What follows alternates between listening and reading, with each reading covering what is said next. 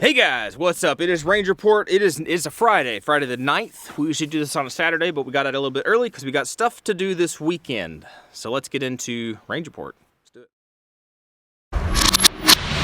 All right, that sun is right at the right angle. It always is. It always is around here. I should just not even mention that. So a couple things we worked on. We did some stuff for SDI. We did some videos and stuff for them. This was really cool. We did some testing on a light, which I don't have right to show you right now, but we did some testing on a light. We also did testing on this complete upper slide assembly. This is an aim surplus slide with the aim surplus ported barrel, and then we also have the Sealy Bear, right? We have this guy out, and we put 500 rounds through this gun in about 20 minutes or something like that. Maybe a little bit longer, I don't know, 20 to 30 minutes depending on how long it took to actually load mags, because I don't have enough mags to fill up 500 rounds right now. So I think I had to reload two times. Anyway, the gun itself ran very well. I will say that. We finally got the ported barrel to work. Ported barrel, the aim surplus ported barrel with the aim surplus slide with the aim surplus spring. Pretty good. It worked well. Ammo we were using was S&B 115 grain. So I think the stuff we were running into before is we had Tula 145 grain subs. This needed some hotter ammo or faster ammo, and that 115 grain stuff seemed to be the trick. Seemed to work fine. Accuracy, not the best. Kind of terrible. Honestly, kind of terrible. It was fine. It rang steel all day, did what it needed to do. But as far as shooting groups, it was hard to get groups, man. Anyway, but that was fun. It was interesting. Maybe it's just break-in stuff. This only has now maybe 550 rounds through it, something like that. Because we weren't able to get it to cycle before. But now she's running. So we'll see. I don't know. She hit steel like she's supposed to. The Sealy Bear, though, this was interesting. We have two of these optics to test. We ended up shooting, and the front glass protector, or the front glass came out. Right? And again, this was 500 rounds. The whole gun got really, really, really hot. Even our flashlight fell off. The whole gun got really hot. And what was the failure point in this whole system is this optic mounts to a plate which mounts to the RMR mount. These two screws that attach the plate to the slide, those screws came out a little bit. I put those in. I mounted that up. That's all on me. But I Loctited those. I torqued them down as best I could without stripping stuff. Done that before. That's a bear and a half to fix.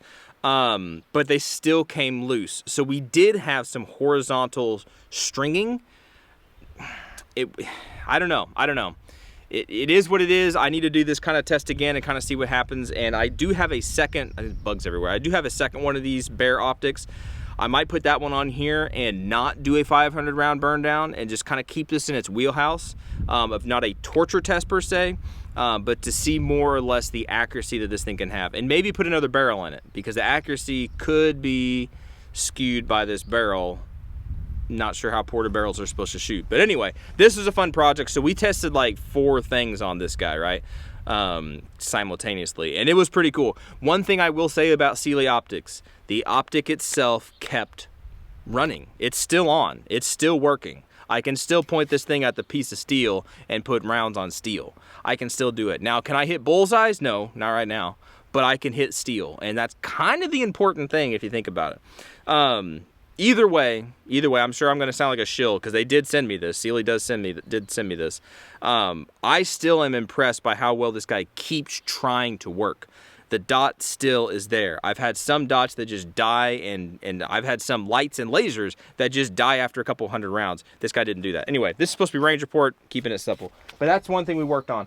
Another thing we did is we had the 45 out, and so we tested these 3 45 cans. We didn't really test them. We just kind of did a quick comparison, wet and dry. This is the R45 from YHM. This is a Form 1 JK Armament can, and this is the Dead Air Ghost, right? When long, and we also tested it in short.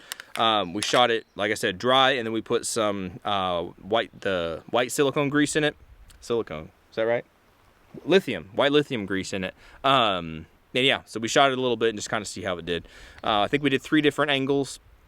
We'll see how that turned out. I don't know. I love shooting 45 suppressed. It's really, really stinking fun.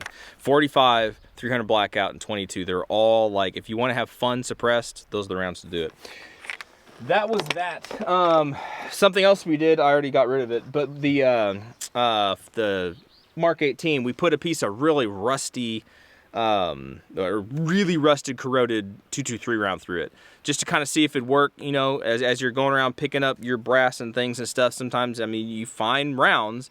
And I was like, this is interesting, because when you're out at public ranges, or even not public ranges, you could be out at your own range, your own property, whatever, and you've dropped around before, and it's set there, and you forgot about it, and it got rained on, and got rusted, and got corroded a little bit, and then you go out again, and you're dropping your ammo when you're loading your mags, and you just collect up your ammo, and you continue stacking your mags, you might accidentally load that corroded round, and just to see what happens. So we did that. That was a video for SDI, and that was interesting to see what happened there. But anyway, guys, that's pretty much it. We didn't get into some of the other stuff. This firearm here, this is a, for now, this is a Patreon gun that we're doing, putting it together with some pieces and parts. It's really not done at all yet. It's still in a big work in progress. I need to shoot this thing and confirm that it's actually running and working how it's supposed to work, because we changed the barrel on it. But that's a Patreon thing. If you want to check out our Patreon stuff, I think we have about a dozen guys over there, something like that. I think something like that, maybe 10 guys, maybe 9. I'm not sure. Excuse me. It fluctuates a little bit, but you guys are awesome. If you want to see projects like this that we work on, or that knockoff Space Invader we built, or other things that we've built over there that we really don't put that material on the YouTube channel so much, just more in-depth looks and more content, it's over there on Patreon if you want to go check us out over there. That's it. I'm gonna wrap things up. We got stuff to do this weekend. I got to get home.